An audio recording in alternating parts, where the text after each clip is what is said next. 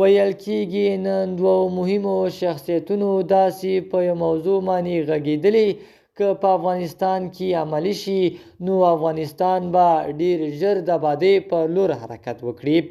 په سلامونو مارکلی کوم د صداقت نیوز چینل درنو لیدونکو، سلام، ستړي مشئ، وخت مو راګرځوم د دې ساعت مهم خبر ته او په سر کې یادونه کوم ملګرو که مو چینل نوي سبسکرایب کړی د مهمو خبرونو لپاره در سره صداقت نیوز چینل په درنښت سره سبسکرایب کړئ.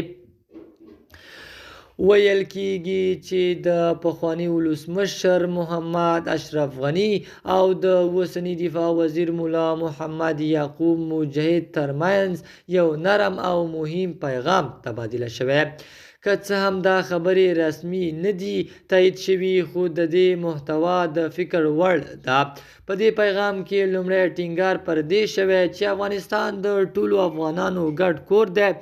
هیڅ یو لوری نشي کولی دا وطن یوازې خپل وبولي.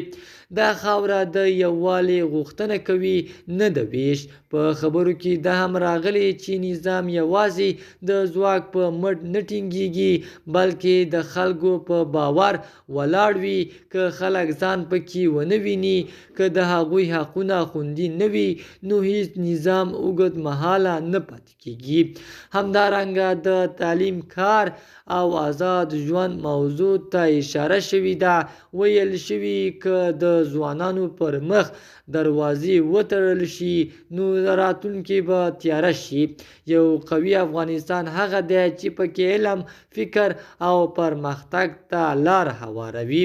په دې پیغام کې د نرمښت او تدبیر خبره هم شوې ده. چې سختي تل حل نه وي بلکې کله ناکله نرم دریځ او حوصله کولی شي لوی بدلونونه راوړي. بل مهم ټکی دا دی چې افغانستان خلک نور له جګړې ستړي دي. هغوی سوله، کار او آرام ژوند غواړي. دا د هر نظام مسؤلیت دی چې د خلکو دا اساسي غوښتنې پوره کړي. په پای کې پیغام دا دی که هر ډول خبرې کیږي، که ښکاره وي او که پټې، باید د افغانستان د خیر، یووالي او ثبات لپاره وي، نه د اختلافات او ویش لپاره.